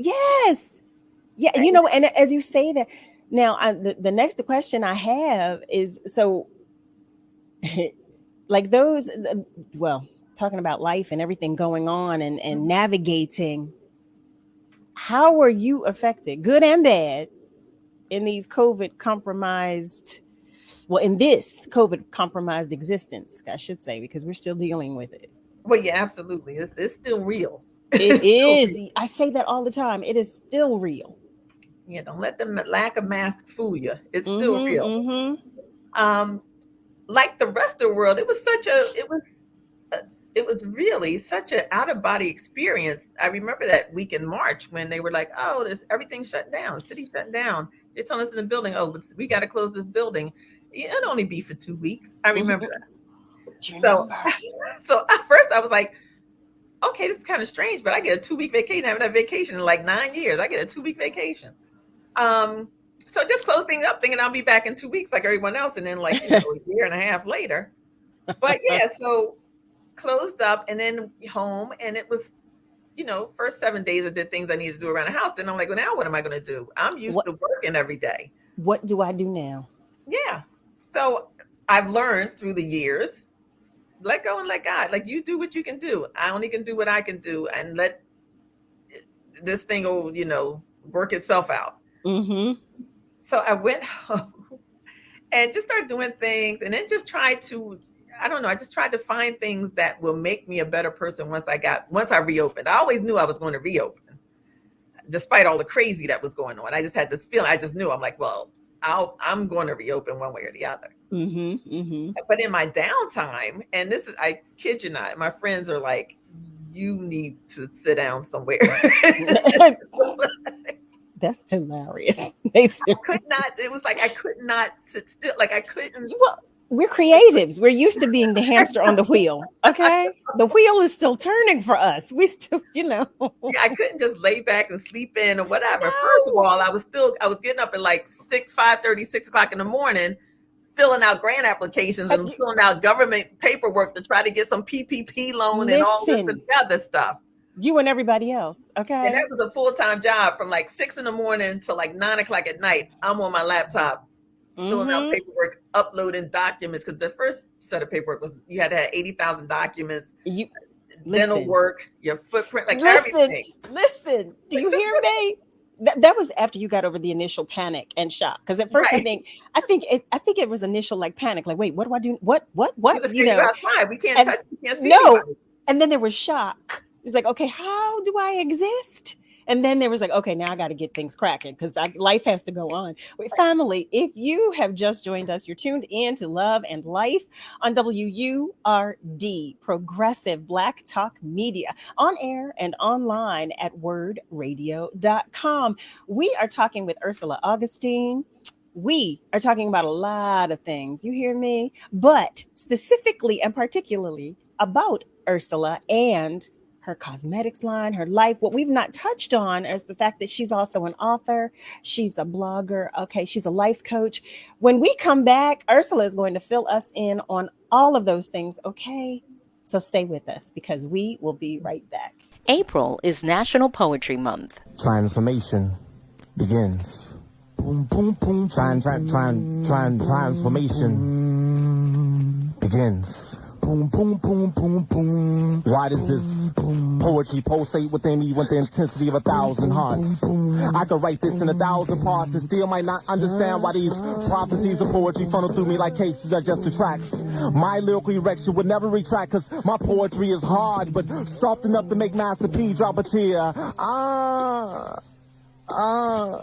Nah. I say, holla if you hear me, cause Ivy got the hook up on heavenly passes with no need to pass a plate for offering to whoever's congregating. I'm off in eternity without segregating souls and like the city. I'm an itty bitty kid in this worldly lit up, but my little will pollute this vast mass of trash and filthy with poetic positivity. Putting holes in your holes on the bash negativity. My words need no promotion, so maybe I should sign with relativity. I got more tips and gratuity, so I'ma continue this like continuity aboard a continental flight across the continents. I represent like Olympians taking victory laps. Wave my red and gold pen in the atmosphere. My words are record breaking.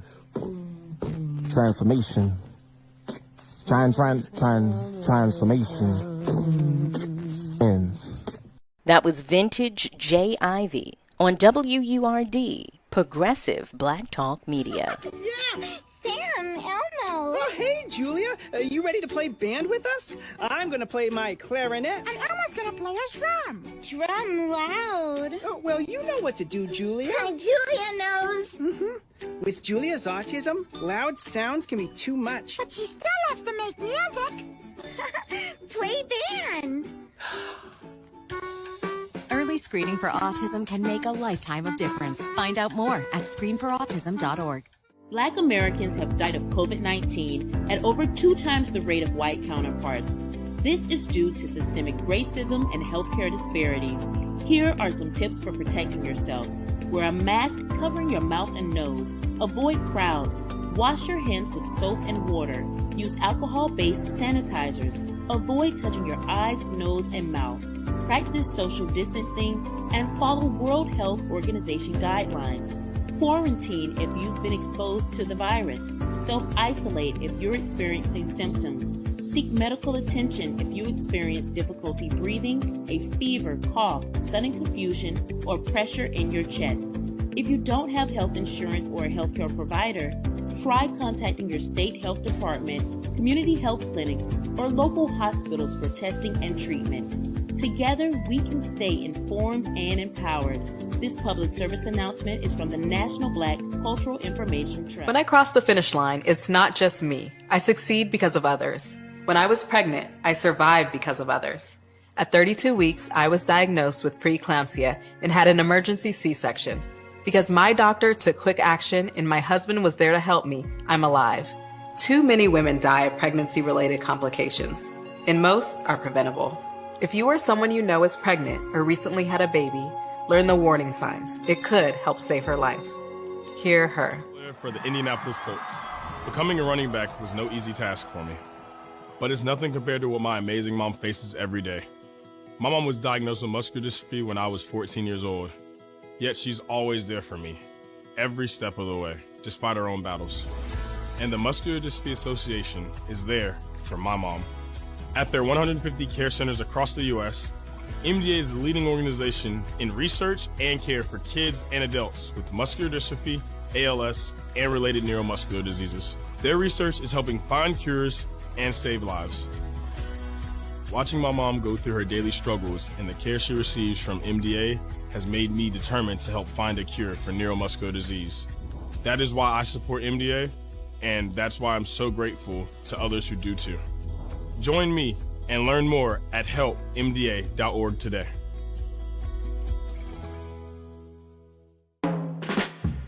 Hi, I'm Tanya Hopkins, aka the Food Griot, the host of Savory and Sweet, a new show about food, history, and culture. Savory and Sweet is a flavorful exploration of food marinated in the Black experience, seared with history and braised culture. Each week, I'll fold in conversations that center food and drink at the intersection of business, health and well-being, entertainment, education, and innovation, while separating the facts from fiction on the sometimes surprising origins of what we eat and drink. So join me, the Food Griot, and special guests for Savory and Sweet, Food, History, and Culture every Sunday from 11 a.m. to 1 p.m. beginning January 2nd, 2022, exclusively on WURD, Progressive Black Talk Media. You're listening to WURD Radio, 96.1 FM and 900 AM WURD, Independent Black Media.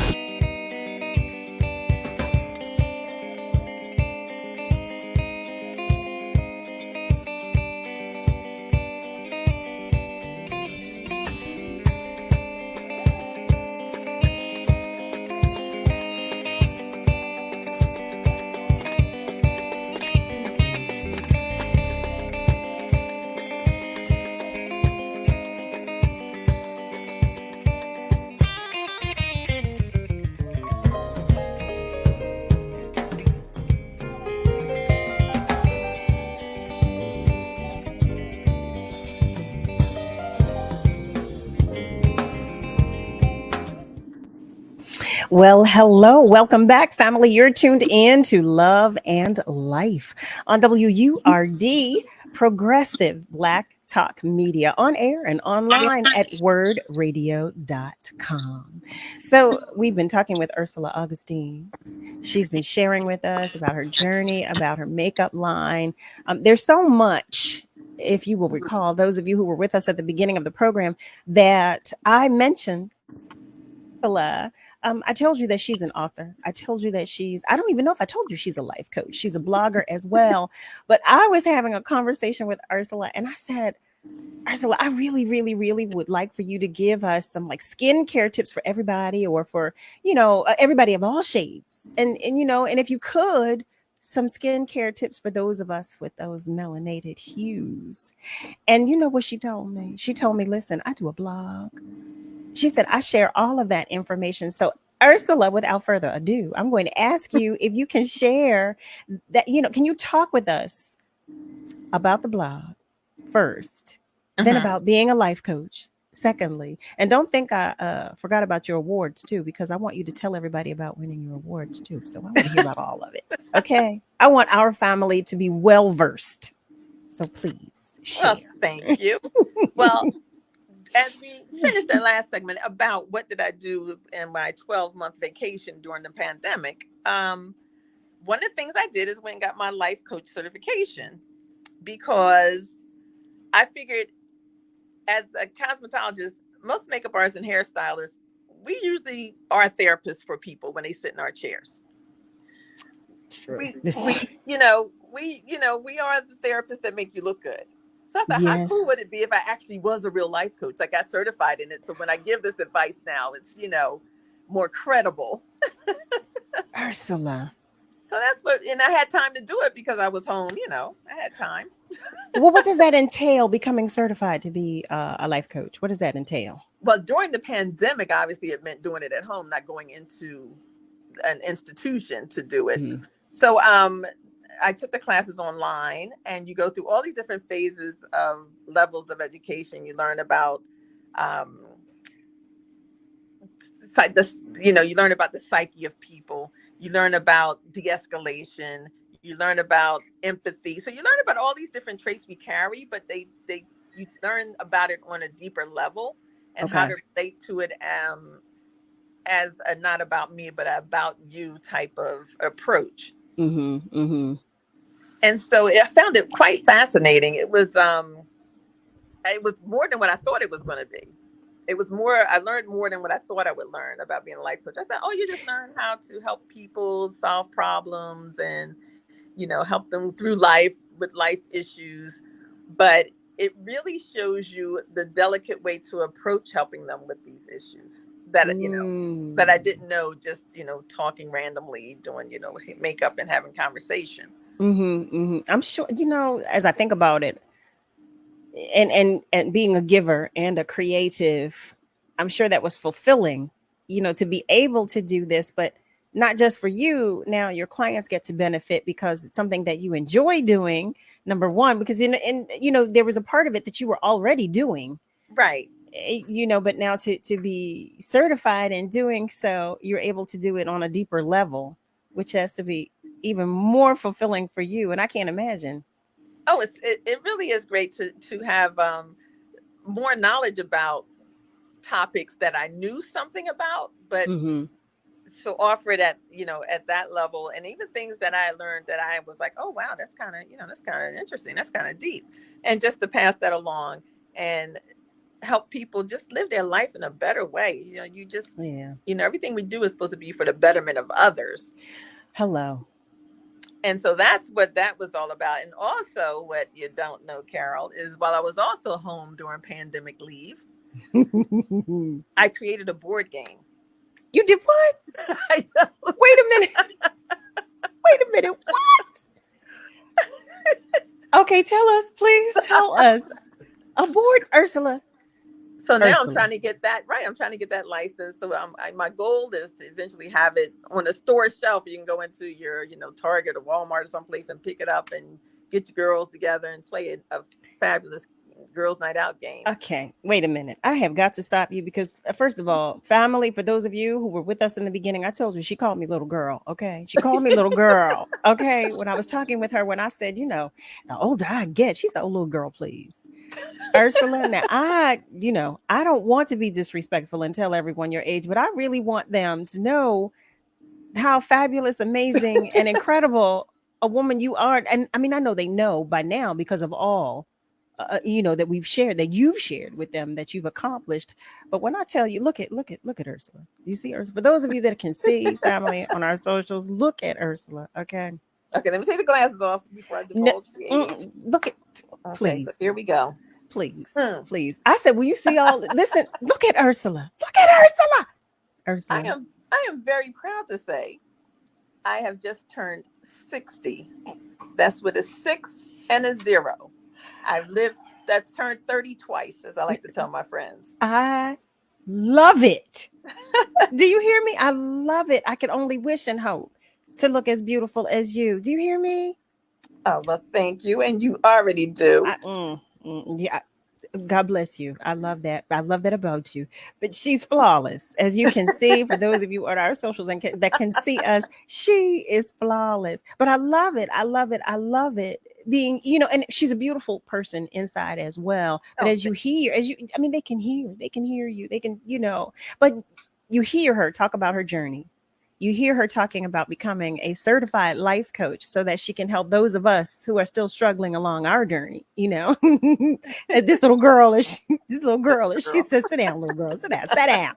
Okay. But now you talk about this board game. She has a makeup line. First of all, you heard me tell you. Okay, she's a brow specialist. She's an author. She's an educator. She's a brand creator. Okay, she is the founder and sole proprietor of Ursula's About Face Rittenhouse Makeup Studio. Let me repeat that: Rittenhouse Makeup Studio. Okay, Rittenhouse. That's open quote, closed quote. Yes, which is a nationally recognized beauty destination. Okay, and it's right here. As you should be. And I want our family members to be proud as well, because we want to celebrate you. And now you're telling me that you've created a board game. So, tell us about the board game. What do you do in the board game? Because I'm a big kid. Well, you would love this, Carol. It fits. It fits this platform beautifully. It's called the Hallmarks of Love game. The Hallmarks of Love. I love that. And the premise of the game is to be the first. It holds 4 players at a time. It's a 4-player board. It's a tabletop board game, not one of these electronic things. Okay, I love it. Board game. No, I love it. I have those. I still have jacks. Okay. Oh my gosh. Mm-hmm.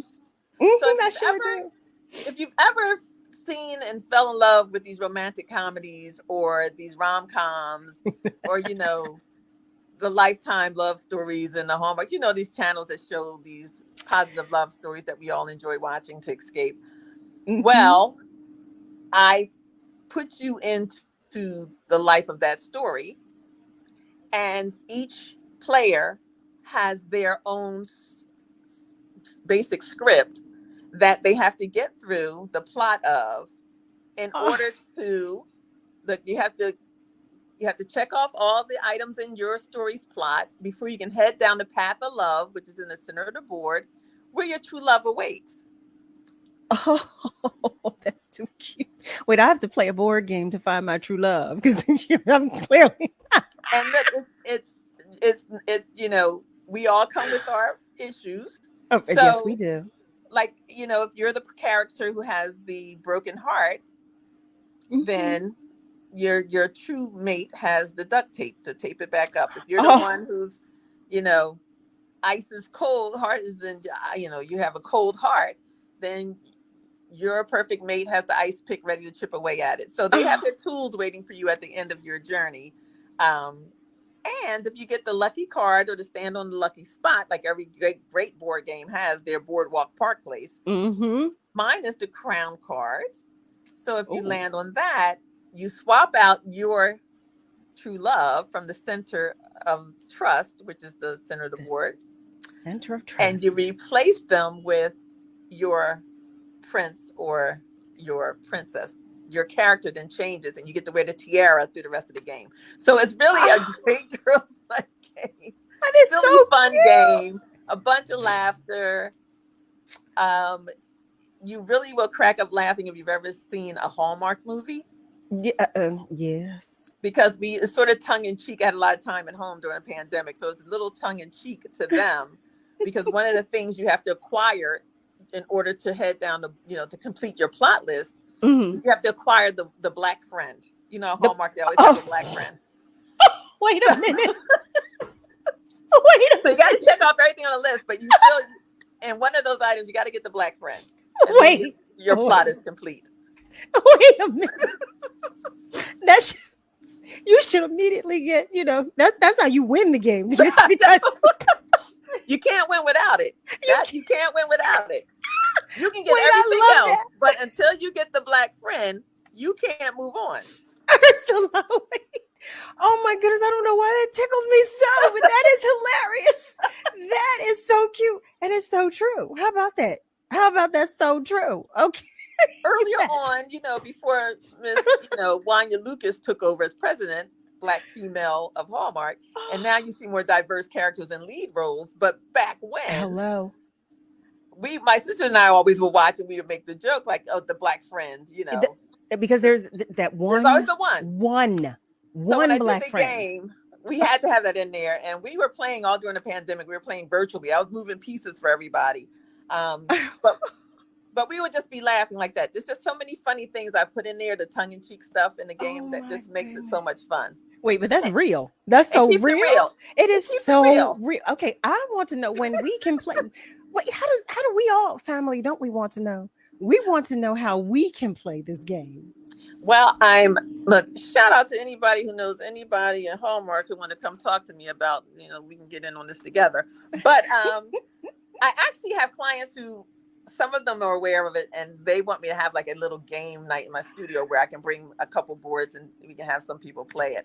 But we're going to do something for our 15th anniversary. We're going to celebrate, and I think one of the celebrations will involve me dusting the board off and bringing it in so we can get the game or two under our belt. I think that would be awesome. Okay, so when you do this, are you going to post it on the website? Will it be like yeah, it'll be on the website, in my newsletter. You can sign up on my newsletter on my website, aboutface1.com. See, I was about to say, let everybody know what the website is once again. Media. Yeah, so and then hopefully you'll be able to buy your own board game and play it get your girlfriends together. Someone asked me, well, how long? I went to my first game convention last year because I want to know how all this works. I don't know anything about a game. I just made one. Right. And I remember someone asked me, well, how long does your game take to play, like to complete a round? That's a good question. I said, you finish in about as much time it takes to polish off a bottle of wine. So however long it takes you that one game will be over. That's how you gauge it. What's funny. I am so not a drinker. My family, they laugh at me because they call me that I am the lightweight. I will tell you. So they You're would not get alone. a big. I don't even drink coffee. Me neither. I'm not a coffee drinker. I'm a tea drinker though. Me and green tea, we are besties. I have Matcha a green here in tea. the studio. Yep. Oh, let me tell you something. Well, first of all, I'm coming. I need to come so I can have a consultation. That's what I need. I need to do a consultation. But we'll give you another look to add to your repertoire. Don't you listen? Don't you threaten me with a good time? Don't you do it? Don't you let me think I'm cute? Okay, listen, y'all, because let me tell you, family. When Ursula shows me a new look, I'm going to wear it all the time, and you're going to say, "Oh, see, now we're sick of her. Now she knows another look. We won't ever get the smoky eye because she learned another look." And you're right. You are so right about it. Family, stay with us, okay? Because we are sitting here having too much fun, and we hope that you're enjoying all of this fun that we're having. Okay, we hope you're having fun too. But we're going to take a short break, just a short one, and we will be right back. Maybe you can make retirement happen. After all, you made home ownership happen. Homeschooling yourself on loans, beefing up your credit score. So I'm pre-approved. You were like, yes! Sorry. Color coding listings, ticking boxes, and flushing every toilet in a 20-mile radius. Home sweet home. You aced house hunting.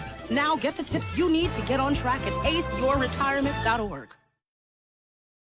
Okay, Dad. 1, 2, 3.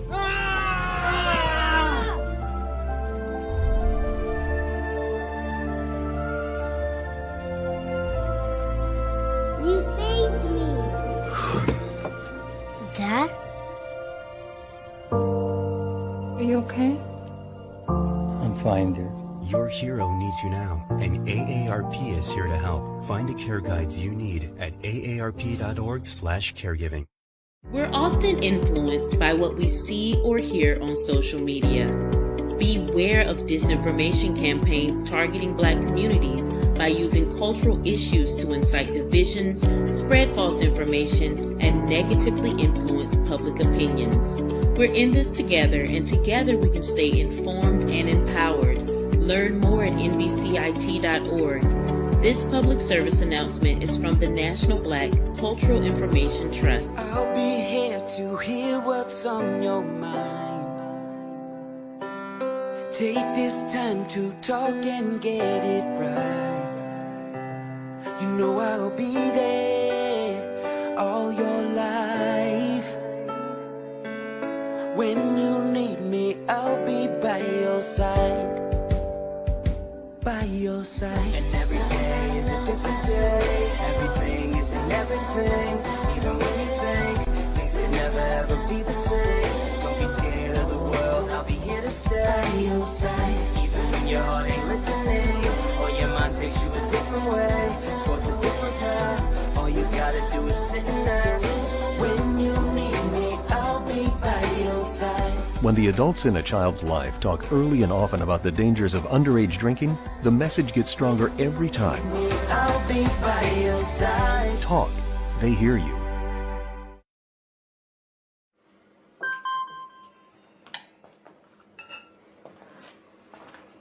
Email from school about the incident today. Scary. Tell me about it. Did you have any idea that was going on? None. I mean, you saw Derek at the game last night, too. Did you have a clue? No, but you know, teachers like me, parents, we don't always know as much as you guys do. Kids hear first about what's going on with other kids. Half the time, it's rumors. It can be hard to tell sometimes, but if you're ever concerned about a friend who's having trouble with alcohol, prescription drugs, bullying, violence, anything, you need to tell an adult. Mom or me, a teacher, coach, school counselor, someone you know and trust. Dad, no kid is gonna tell an adult about that kind of stuff. I get it, but if we don't know, we can't help. Speaking up about a problem, that's what helping a friend is all about. Hey Hey, family. I'm Carol Riddick. And I'm Donavan West. And we're the hosts of Love and Life, a new show about, well, love and life. This show is an informative, entertaining, and refreshing take on the hard conversations about love and life. Each day, we'll provide real facts and honest opinions on dating, sexual health, casual, and committed relationships. These late night conversations will be served on a judgment-free platter and seasoned with unapologetic realness. So join us Sunday night through Thursday night at midnight on WURD, Progressive Black Talk Media. You're listening to WURD Radio, 96.1 FM and 900 AM WURD, Independent Black Media.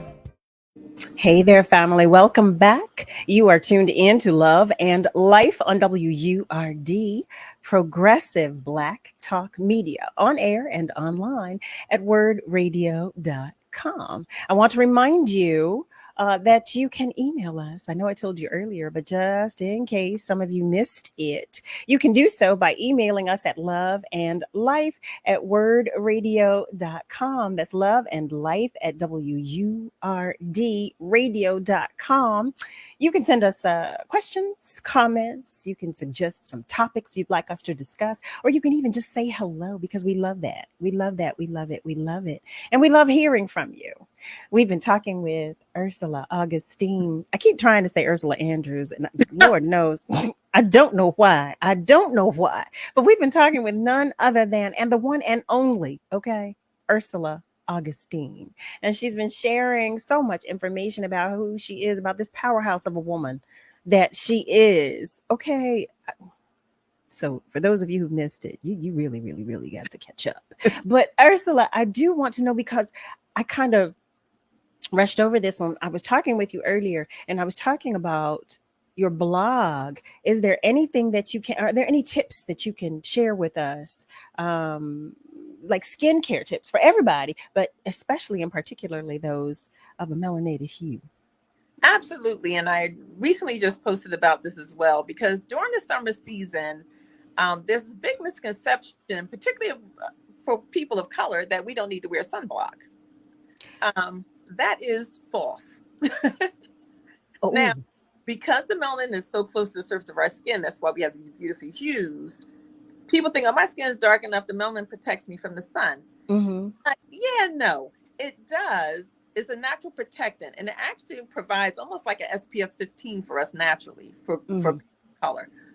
But you still need a full UVA, UVB range of protection from the sun of at least a 30. So if we're only getting 13 naturally, then we still need to apply a sunblock, because we burn. Yes, dark does burn. We do burn if we're unprotected. And UVA is the rays that causes aging. So, Carol was throwing the compliments my way for being a woman of a certain age. It's because it's part of skincare is protecting it from the elements. So this time of year, everyone wants to go out to the beach, go down, right to the shore, to the sunspots. Go have a great time. But remember, Black people, we still need to use the sunblock to protect ourselves. Let me tell you, I'm so ignorant to that fact. I was, until you just shared that. I did not know that it was necessary for us as well. I always thought that we didn't need it. Right, because we are naturally protected by virtue of our complexion. Mm-hmm. We're only protected to a certain degree. And the lighter our complexion, like for, a medium tone to a deeper, richer tone, then you're about a 13 by our natural melanin color. But the lighter your complexion, then the SPF, that natural number SPF will be lower. Oh, wait, say that one more time for me, because I think I was slow getting it. I know. So for those with these richer hues of color, Okay. the deeper and richer the color, the more natural protection our skin provides, which is only up to about what would be considered an SPF 13. But the lighter of the hue, the lighter of the complexion, the Black woman with the Mariah Careys and Beyoncés of the world, they're natural because their melanin isn't as dark and is not reaching the surface of the skin to provide more color. Then their natural protection is something where like an SPF 7, if we were put in the SPFs naturally. Wow. So we went, I'm sorry. To 30, but if you're a little in a lighter hue, then you might want to go to a 40, 45, 50. So make sure, right? Make sure it's at least a product that has an SPF of 30. But that really does everything. Anything higher than that, you're only getting a drop more protection. But at least the 30. Do we put it on our faces too? It's particularly. Okay. Yeah. Okay. Yeah. Well, listen, I want to know. I'm asking because face every day, SPF 45. But yeah, on our face as well as our bodies. Now, general information for any and everybody, regardless of your ethnicity or complexion, going out into the sun. The main thing you need to know is, aside from that, you need to wear sunblock, is that you need to apply it 30 minutes before you go outside into the sun. Don't walk the beach for 30 minutes, find a place to lay, and then put your sunblock on because the damage has already been done. Ursula? First of all, let me tell you, I didn't know we needed it. And now I didn't know it needed to be applied 30 minutes before I got outside to the sun. Right. That right there was a whole word. That was an entire word right there. Perfect. There you go. OMG, Ursula. I have to laugh at myself because, of course, all of these years, I had no idea. So by the grace of God, I've been protected only by his grace and mercy, because it was not by my stupidity. But now that you've educated me and have informed me, I want to remind everybody that they can go to your website to find out additional information, to find out what services you offer, to be, better versed in everything that is Ursula Augustine and About Face. Can you tell us the location? Tell us the location of the studio, because I did not ask that. We're celebrating our 15th year at 1700 Sansom Street. We're in Suite 201, so we're not street level. You will come into the building and the guard you'll sign in and he'll direct you to the elevator. We're on the second floor. And the blog is called Ursula Unfiltered, your safe place for beauty, where I just share helpful information to help everyone look and feel their best, which is, my goal in life. That's why we love you. That's what we need. So family, Ursula, thank you. But family, that wraps up tonight's episode of Love and Life on WURD, Progressive Black Talk Media. I want to extend my utmost gratitude to all of you family members for spending some time with us. I love your company, and your attention is always welcomed and appreciated. Again, thank you to you, Ursula, for all of the information you've bestowed upon us. Thank you for just being you. Thank you to my entire WURD family and to my alternating co-host, Donavan West. I could thank you forever, Ursula, because I just learned something, and I'm going now. I want to go to the beach. I'm going to buy me some SPF 45 and I'm going to the beach. Family members, remember, we are all in this together. So be good to you, but be good to those around you. It's so necessary. I didn't really say too much at the top of the show, but we are all dealing with so much. We're all working with and through so much. So be mindful of that as you move about.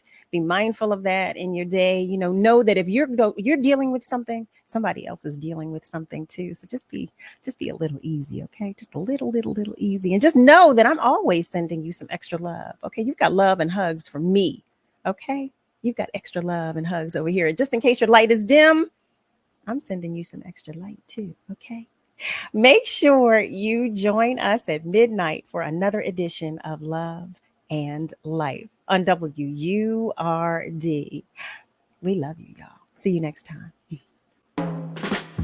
Hi, I'm Tanya Hopkins, aka the Food Griot, the host of Savory and Sweet, a new show about food, history, and culture. Savory and Sweet is a flavorful exploration of food marinated in the Black experience, seared with history and braised in culture. Each week, I'll fold in conversations that center food and drink at the intersection of business, health and well-being, entertainment, education, and innovation, while separating the facts from fiction on the sometimes surprising origins of what we eat and drink. So join me, the Food Griot, and special guests for Savory and Sweet, Food, History, and Culture every Sunday from 11 a.m. to 1 p.m. exclusively on WURD, Progressive Black Talk Media.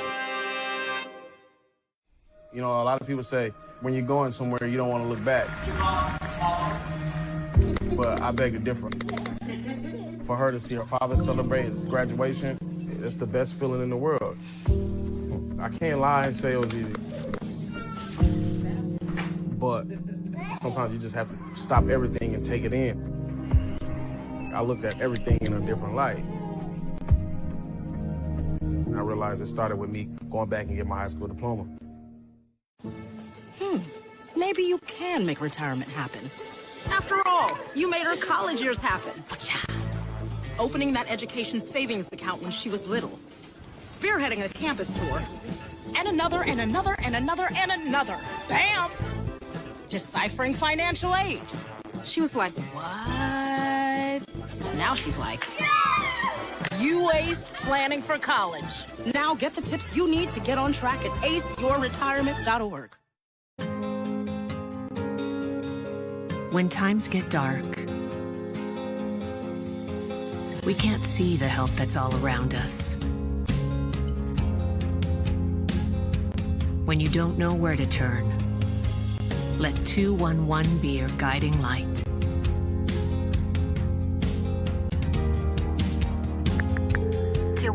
How can I help you? Our guides are ready to connect you with the help you need.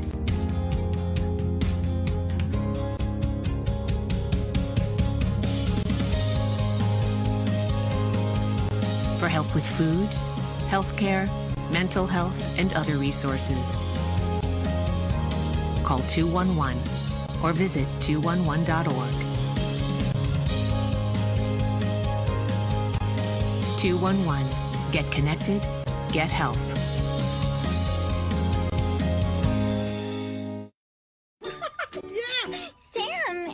Oh, hey, Julia. You ready to play band with us? I'm going to play my clarinet. And Elmo's gonna play his drum. Drum loud. Oh, well, you know what to do, Julia. Julia knows. With Julia's autism, loud sounds can be too much. But she still has to make music. Play band. Early screening for autism can make a lifetime of difference. Find out more at screenforautism.org. I remember this one moment. I ran to kind of the water edge, and my mom said something along the lines of like, now it's your turn. Take that first step. When I became a mom myself, I feel like my whole world changed. There's some light within her that makes me continue to do the climate science work that I do. You don't have to be a climate scientist to want to protect the earth. As moms, we care about our children and the environment they grow up in. And for Mia, I want you to know that I worked really hard to be a part of the change and to make it a better place for you.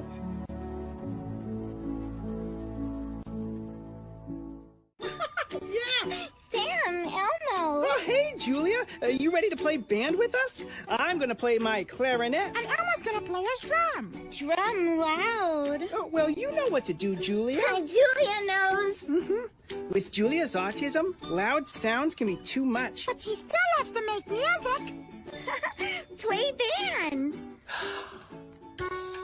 Early screening for autism can make a lifetime of difference. Find out more at screenforautism.org.